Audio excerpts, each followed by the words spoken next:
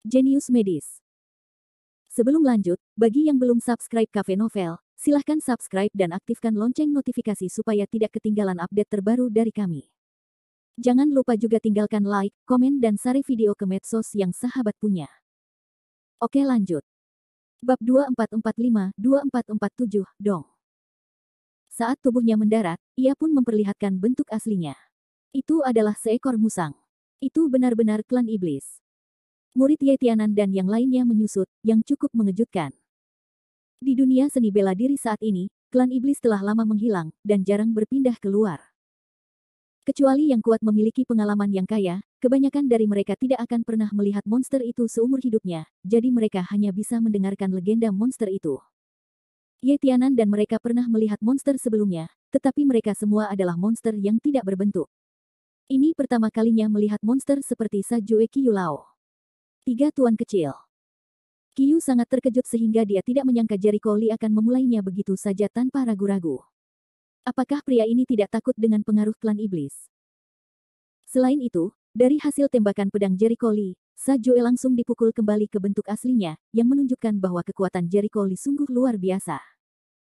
Dalam keadaan normal, bahkan jika klan iblis segera mati, ia harus menunggu lebih dari 10 menit sebelum secara bertahap menunjukkan tubuh aslinya. Tuan Qiyu menyadari bahwa tidak ada kemungkinan kemenangan bagi manusia ini. Saat ini, itu disebut keputusasaan, dan dia jatuh ke tanah, bahkan tanpa gagasan untuk melawan. Aneh sekali Jericho Lee membunuh permaisuri Sajue, tapi dia tidak membunuh Qiyu. Dia hanya menyapu matanya dan berkata, ambil kembali tubuh musang itu, dan beritahu kamu apa tuan kecil omong kosong itu. Jika kamu berani menipuku lagi, aku akan meratakan klan iblismu. Gulu. Oud Qiyu sangat takut sehingga dia tidak berani mengikutinya. Dia sangat jelas bahwa jika Li Qiankun tidak membunuhnya, dia tidak takut dengan kekuatan klan iblis, juga tidak mengasihani dia. Sebaliknya, dia memintanya untuk membawa tubuh Sajue kembali ke klan iblis dan memperingatkan klan iblis. Jelas sekali bahwa manusia ini tidak pernah menganggap serius suku iblis. Qiyu Laolang membawa pergi tubuh Sajue karena malu. Dia tidak berani tinggal sebentar. Karena takut terlambat, Jericho Lee berubah pikiran untuk sementara dan menarik kembali kata-katanya. Begitu orang-orang pergi, semua orang di keluarga Ye saling memandang. Meskipun mereka mengusir kedua setan itu, mereka tidak senang. Li Shao, apakah akan ada masalah jika terus seperti ini? Ye Zhenqiong mau tidak mau berkata. Maksudmu balas dendam klan iblis, atau apa? Jericho Lee berkata dengan santai. Kedua klan iblis itu tidak dapat mengancam Li Shao, tetapi klan iblis di belakang belum tentu demikian. Terlebih lagi, klan iblis telah mengintai selama bertahun-tahun, dan informasi orang dalamnya pasti sangat kuat. Saya khawatir sulit untuk melakukannya. Atasi itu, kata Ye Zhenqiong. Kekhawatirannya juga dialami Ye Tianan dan lainnya. Bukan karena mereka takut dengan kekuatan klan iblis, tetapi jika kedua belah pihak benar-benar merobek wajah mereka, akan terjadi perang, dan mereka harus membayar sejumlah pengorbanan pribadi pada saat itu. Tidak ada keluarga yang rela melihat rakyatnya mati sia-sia. Tidak ada gunanya bagimu untuk mengkhawatirkannya. Selain itu, jika klan iblis sekaya yang kamu katakan, mereka tidak harus hidup dalam kegelapan sepanjang waktu. Seperti kata pepatah, bencana akan datang, bintang iblis akan bergerak besar.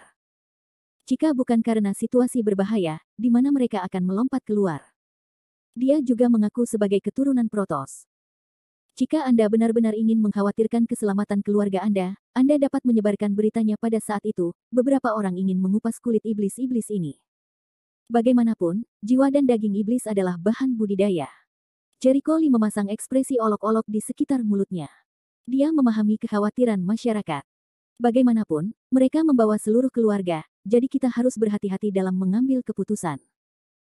Namun, ini bukanlah alasan untuk berkomplot dengan setan. Bagaimanapun, iblis sangat ingin sukses. Sebaliknya, keluarga Ye akan mengalami situasi yang lebih buruk. Jika Anda bukan ras saya, hati Anda akan berbeda. Mendengar ini, Ye Tianan dan yang lainnya terdiam. Memang benar, jika kisah dalam klan iblis benar-benar mendalam, bagaimana bisa ia menipu dengan menyamar sebagai keturunan Protoss? Mereka dapat melompat keluar dan mengatakan bahwa mereka adalah klan iblis.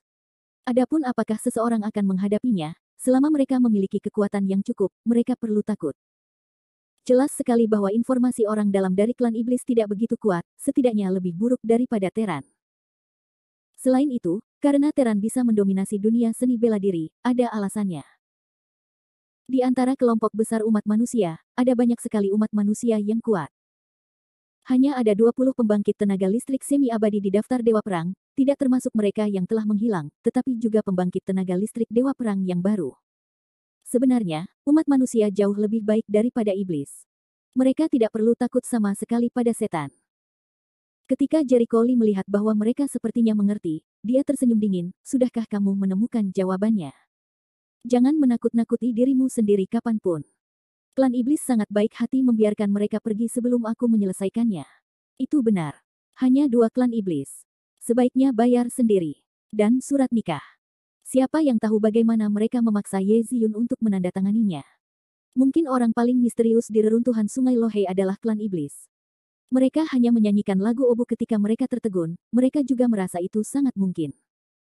Lagi pula, Ye Ziyun telah ditangkap selama beberapa hari. Dia belum pernah keluar dari rumah Ye sebelumnya. Dia tidak punya waktu atau alasan untuk menandatangani surat semacam itu. Surat nikah yang konyol. Kalau dipikir-pikir, meskipun pria misterius itu bukan dari keluarga iblis, aku khawatir dia juga satu kelompok dengan keluarga iblis. Keseluruhan permainan kemungkinan besar diarahkan dan dimainkan oleh iblis itu sendiri. Semakin Anda takut pada setan, semakin besar pula kemungkinan Anda jatuh ke dalam perangkap setan. Jika Anda ingin saya memberitahu Anda, sebaiknya Anda mencari bantuan. Sekalipun Anda tidak membutuhkan bantuan apapun, ada baiknya bersiap untuk hal lain. Tidak ada jalan keluar pada saat kritis. Jericho Lee mengambil teh di atas meja, menyesapnya dan berkata dengan santai. Begitu kata-kata itu keluar, semua orang mengangguk. Masuk akal. Pemimpin klan, kita harus mengundang beberapa orang kuat. Jika klan iblis benar-benar putus dengan keluarga Ye, orang-orang kuat itu akan membantu kita untuk menang, kata Ye Qiong cepat. Ya. Klan iblis telah menghilang selama ratusan tahun. Baru-baru ini tiba-tiba menjadi aktif. Saya khawatir itu bukan pertanda baik. Jika Anda ingin saya melihatnya, Anda harus menghadapinya lebih awal. Ye Heng, yang lebih tua, segera setuju. Ye Tianan mengangguk, baiklah, saya akan membuat pilihan yang hati-hati tentang ini. Penatua kelima, Anda pergi ke Sekte Huoyun dan berkata, saya mengundang pemimpin mereka untuk mendiskusikan hal-hal penting. Selain itu, Anda dapat mengatur orang untuk menghubungi rumah Tianxi, keluarga Yan, dan pasukan sahabat lainnya, dan menyampaikan berita tentang aktivitas klan iblis kepada mereka. Ya, aku akan melakukannya sekarang. Begitu orang-orang pergi, Ye Tianan memandang Jericho Lee, terima kasih telah mengingatkan Li Shao. Sama-sama. Aku datang hanya karena kamu Ziyun dalam masalah. Jericho Lee melambaikan tangannya dan berkata, aku tidak tahu kapan aku bisa pergi ke reruntuhan Lohei. Ye Tianan ragu-ragu sejenak, dengan ekspresi minta maaf di wajahnya. Li Shao, reruntuhan Sungai Lohei biasanya berada di bawah perawatan penatua Ye Sengtian, dan telah ditutup sementara. Jika ingin membukanya kembali, Anda harus berkomunikasi dengan orang lamanya terlebih dahulu. Tapi kali ini, situasinya istimewa, dan dia pasti tidak akan menolak, tetapi dia membutuhkan 1 atau 2 hari untuk membuka reruntuhannya. Bab 2446. Mendengar ini, wajah Jericho Lee melembut. Ternyata butuh waktu untuk membuka reruntuhannya. Tunggu saja 1 atau 2 hari. Bagaimanapun, masih lama sebelum Luo Tian Dajiao. Kalau begitu, tolong atur secepatnya. Dengan itu, Ye Qiong, tetua kelima, pergi untuk mengaturnya. Begitu dia pergi, Jericho Lee menerima panggilan telepon dari Li Wenyan. Ayah, ada apa? Sebelum pergi, dia menyapa Li Wenyan. Jika tidak mendesak, Li Wenyan sebaiknya tidak meneleponnya. Apakah ada sesuatu yang penting? Sesuatu yang tidak terduga terjadi, seseorang mendatangimu di sore hari, Li Wenyan, yang ada di ujung telepon, menjawab dengan sungguh-sungguh. Buku perang. Jericho Lee mengedipkan matanya, sedikit bingung, aku ingat akhir-akhir ini, semua musuh yang harus dibersihkan telah dibersihkan. Siapa lagi yang akan melawanku? Saat dia berbicara, dia berpikir cepat di kepalanya. Secara umum, mereka yang akan melawannya hanya memiliki kebencian, seperti Raja dan Gong Changji. Belakangan ini, sebagian besar orang yang menaruh dendam padanya meninggal. Untuk sementara, dia tidak tahu siapa yang akan bertarung untuknya kali ini. Guruo. Mendengar nama itu, Jericho Lee langsung terpana dan langsung teringat sesuatu, kebenaran kuno. Ya, dia adalah Cicit Guyi. Buku perang telah dikirim ke Suanyi, dan beritanya telah menyebar. Dia ingin menantangmu di depan umum dan membalaskan dendam Guyi. Penjelasan suara berat Li Wenyan. Oh, karena dia ingin menantang, biarkan dia menantang, aku tidak peduli, kata Jericho Lee dengan ekspresi santai di wajahnya. Dia tidak menganggap serius lawannya. Namun, Li Wenyan, yang selalu acuh tak acuh terhadap sikapnya, memiliki reaksi yang sangat berbeda kali ini. Nada suaranya cukup bermartabat. Kali ini berbeda. Dikatakan bahwa Guruok sudah menjadi seorang Sanxian. Oh. Jericho Lee terkejut mengangkat alisnya, agak terkejut, apa statusnya di sekolah Kongtong. Jika Anda adalah murid Zhenzuan biasa, sangat mustahil untuk mencapai tingkat Sanxian. Dipastikan bahwa dia adalah saudara bela diri tertua Li Fengzheng dan murid dari pemimpin Sekte Kongtong. Dia dianggap sebagai pemimpin Sekte Kongtong berikutnya. Singkatnya, dia adalah orang dengan kekuatan dan status tertinggi di antara semua murid Kongtong. Pemimpin Kongtong selanjutnya. Pantas saja kamu memiliki kekuatan setingkat Sanxian. Kalau dilihat seperti ini, kekuatan Sang Jiao Laosu juga berada di atas level Sanxian, kemungkinan besar adalah Sanxian yang hebat. Sangat mengejutkan. Ia merasa meremehkan sekolah Kongtong. Jarang sekali melihat murid Sanxian dalam masa transformasi dewa. Hanya sedikit orang yang dapat mencapai tingkat komunikasi antara zaman kuno dan modern. Jika Sekte Kunlun tidak memiliki makhluk abadi pada saat bencana terjadi, kekuatan Sekte Kongtong akan sama dengan Sekte Kunlun. Benar saja, faksi besar semacam ini, yang telah ada selama ratusan dan ribuan tahun, tidak bisa dianggap remeh. Anda tidak bisa meremehkan kekuatan Sanxian, Li Wenyan memperingatkan dengan hati-hati. Jericho Lee berkata sambil tersenyum dingin, itu tidak membuatku takut. Dia datang, meskipun dia datang. Kamu bisa membalasnya dan menantangku kapan saja. Tidak ada waktu, tidak ada tempat. Li Wenyan sedikit terkejut. Tidak perlu. Dia akan datang jika dia mau. Aku tidak punya waktu untuk membuat janji dengannya sekarang. Aku tidak punya kungfu itu, kata Jericho Lee ringan. Li Wenyan sangat tidak berdaya. Terkadang dia berbicara, yang membuat orang marah. Kota Haiyan, di sebuah hotel. Tuan Gu, Suanyimen baru saja menjawab, dan Li Qiankun mengambil buku pertempuran itu. Seorang pria paruh baya dengan hormat melaporkan berita tersebut. Jika beberapa petinggi setempat ada di sini, mereka pasti akan mengenali bahwa pria paruh baya ini adalah sisa-sisa mohisme beberapa hari yang lalu. Sejak kematian Mo Tianxing, raksasa mohis di luar negeri telah jatuh, dan orang-orang lainnya tersebar, mati dan hidup di jalanan. Kecuali sejumlah kecil elit berbakat yang masih bisa menemukan jalan keluar, sebagian besar orang berada dalam masalah, dan beberapa dari mereka dibunuh secara diam-diam oleh musuh-musuhnya. Lebih banyak dari mereka yang pernah menjalani kehidupan mewah di masa lalu, dan mereka berada dalam depresi berat. Mereka tidak mempunyai keterampilan untuk bertahan hidup, dan sulit bagi mereka untuk mendapatkan pekerjaan yang serius. Dalam hal ini, beberapa anggota klan yang masih hidup memilih untuk hidup bersama demi kehangatan. Dalam keputusasaan, beberapa orang dengan pikiran fleksibel teringat bahwa Mo Tianxing pernah berhubungan dengan sekolah Kongtong, dan sepertinya memiliki hubungan pribadi dengan leluhur Kongtong, jadi mereka mencoba menghubungi sekolah Kongtong. Pada saat ini, seorang pria muncul di sekolah Kongtong, yang memberikan harapan baru bagi sisa kaum mohis di luar negeri. Aku tahu, dengan gayanya, mustahil baginya untuk tidak ikut berperang, kata Guruo Jue dengan senyum muram di wajahnya. Bau pembunuhan membuat semua orang di sekitarnya bergidik. Sebelumnya, Li Fengzheng, dengan memikirkan Gu Yi, mencoba membunuh Li Qiankun dengan menggunakan kekerasan pada pertemuan para penyuling senjata. Akibatnya, dia mengangkat batu dan mengenai kakinya sendiri. Dia tidak hanya mati, tapi juga mengubur nyawa Gu Yi. Guruo Jue secara alami membenci Li Qiankun, dan dia serta Li Fengzheng berasal dari keluarga yang sama dan merupakan pemimpin sekte berikutnya. Tentu saja, dia tidak bisa mengabaikan kematian Li Fengzheng. Awalnya, dia akan pergi mencari Li Qiankun langsung setelah dia turun gunung, tapi dia tidak akrab dengan kehidupan dan tanahnya. Selain itu, jika dia membunuh Suanyi secara langsung, dia akan berdampak langsung pada sekte Kongtong tanpa alasan yang dapat dibenarkan. Apakah dia membunuh Li Qiankun atau tidak, dia akan dikritik oleh dunia luar jika dia menjadi pemimpin sekte Kongtong. Setelah dipikir-pikir, dia menemukan beberapa pengikut mohis di luar negeri yang memiliki persahabatan tertentu dengan aliran Kongtong. Kebetulan, mohisme sedang mengalami masalah besar akhir-akhir ini dan meminta bantuan aliran Kongtong. Keduanya cocok sesegera mungkin.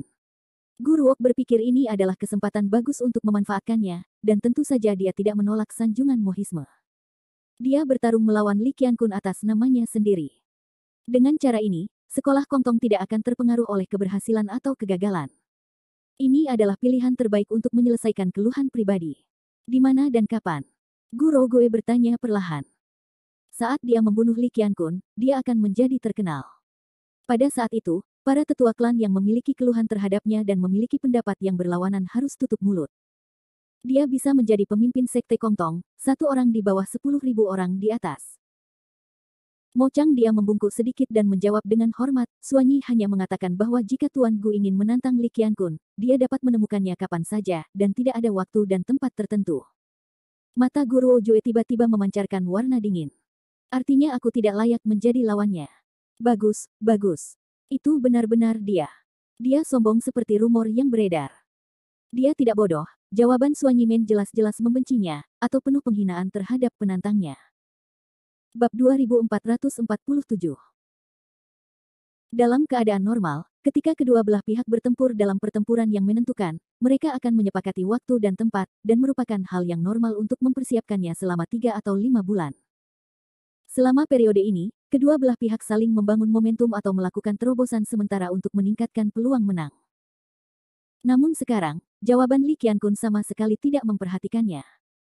Tidakkah Li Qiankun tahu bahwa dia telah menjadi abadi dan menyebarkan beritanya?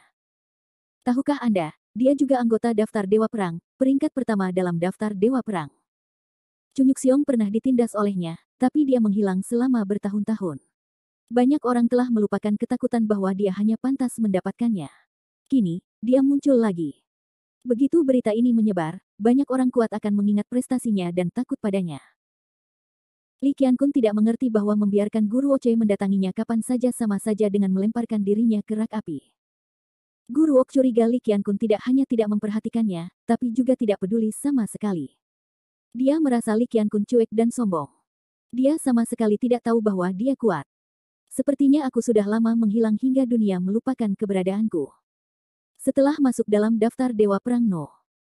1, dia menghilang selama beberapa dekade, dan telah menutup pintu untuk menyerang wilayah Sanxian.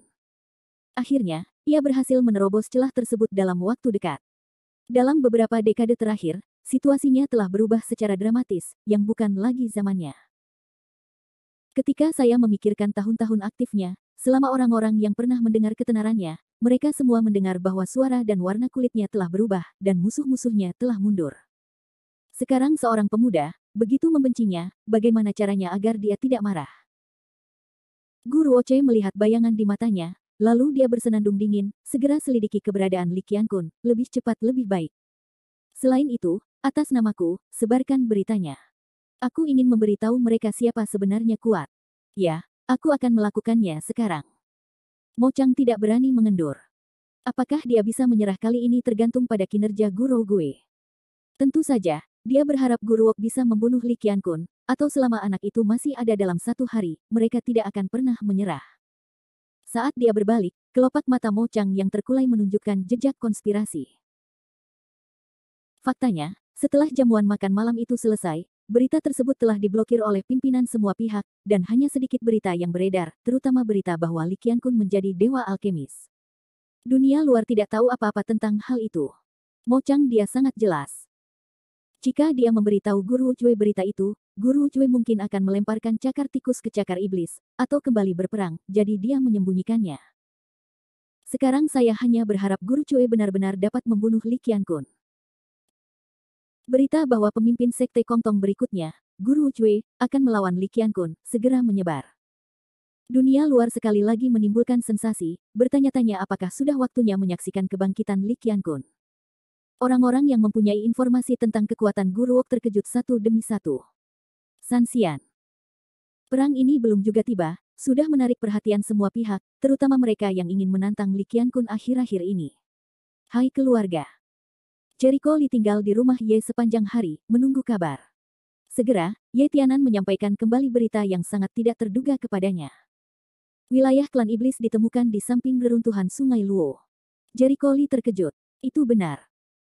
Ye Tianan memberikan jawaban positif, ketika seorang tetua menjaga reruntuhan, dia melihat sesuatu yang aneh, jadi dia pergi menjelajah dan menemukan wilayah iblis.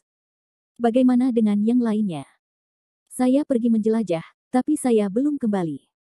Aneh, bagaimana mungkin klan iblis berada di sebelah reruntuhan? Kamu tidak menemukannya sebelumnya. Jericho Lee merasa sangat aneh. Masuk akal untuk mengatakan bahwa reruntuhan Sungai Lohe ditemukan oleh beberapa tetua beberapa tahun yang lalu. Dengan kekuatan mereka, jika ada habitat suku iblis di dekatnya, mereka tidak dapat ditemukan. Tetapi setelah beberapa tahun, tidak ada apa-apa. Sebaliknya, setelah dua klan iblis datang kemarin, tetua menemukan wilayah klan iblis. Ye Tianan punya alasan untuk curiga bahwa ada hubungannya. Alis Jericho Lee terkunci, tiba-tiba teringat apa, tidak boleh ada hubungannya dengan Ye Ziyun.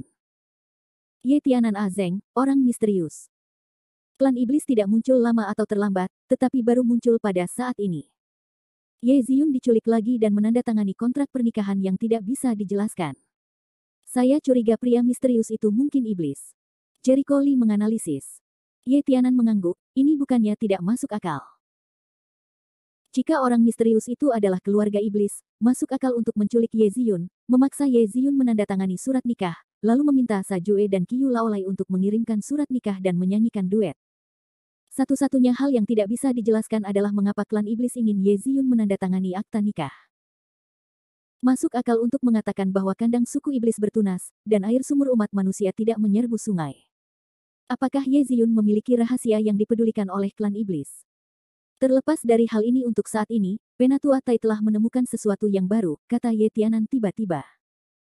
Bagaimana situasinya? Bagian terdalam dari sisa-sisa sungai Luo tampaknya telah berubah. Penatua Tai pergi menjelajah dan menemukan beberapa makhluk aneh di dalamnya. Ye Tianan ragu-ragu dan sepertinya tidak tahu bagaimana menjelaskan makhluk itu. Makhluk aneh. Anda menggambarkan gambar itu. Jericho Lee mengerutkan kening. Ye Tianan menatapnya dan ragu-ragu sejenak. Saya mendengar dari keluarga Guan bahwa Anda pernah menyelesaikan krisis antara guru dan siswa di ruang segel Universitas Mordor. Jericho Lee mengedipkan matanya dan segera mengerti maksudnya. Ye Tianan tidak bermaksud berbicara tentang krisis, tapi semangat. Makhluk aneh maksudnya setan. Benar, Ye Tianan mengangguk. Keluarga Ye juga merupakan keluarga yang telah diwarisi selama lebih dari 500 tahun, dan secara alami mengetahui tentang iblis.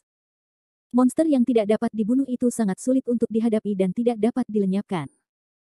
Mereka hanya dapat disegel. Keluarga Guan pernah berkata, Li Shao, kamu sepertinya punya cara untuk melenyapkan roh jahat. Ya, ada sejenis embun dewa, yang benar-benar dapat menghancurkan iblis. Tapi aku juga tidak punya banyak. Jericho Lee mengangguk dan menjawab. Memang benar, Ye Tianan menghela nafas lega. Jericho Lee mengangkat alisnya dan dengan tajam memperhatikan bahwa ekspresinya tampak sedikit berbeda. Ketua Ye, sebaiknya kamu tidak menyembunyikannya. Iblis, atau konsekuensinya akan sangat serius. Wajah Ye Tianan sedikit berubah dan berkata, Li Shao salah paham. Saya tidak menyembunyikannya. Anda mengetahui semangatnya lebih baik daripada kami, jadi saya tidak bisa menyembunyikannya. Ternyata, di samping reruntuhan Sungai Luo, ada satu lagi. Orang-orang dari keluarga Guan telah memastikan bahwa reruntuhan tersebut mirip dengan ruang magis Universitas Mordu. Mendengar ini, Jericho Lee berkata, dikatakan tidak ada penyembunyian. Ada setan di reruntuhan Sungai Lohe, yang membuktikan bahwa reruntuhan di dekatnya tidak terkendali. Apakah iblis itu sudah membuka segelnya?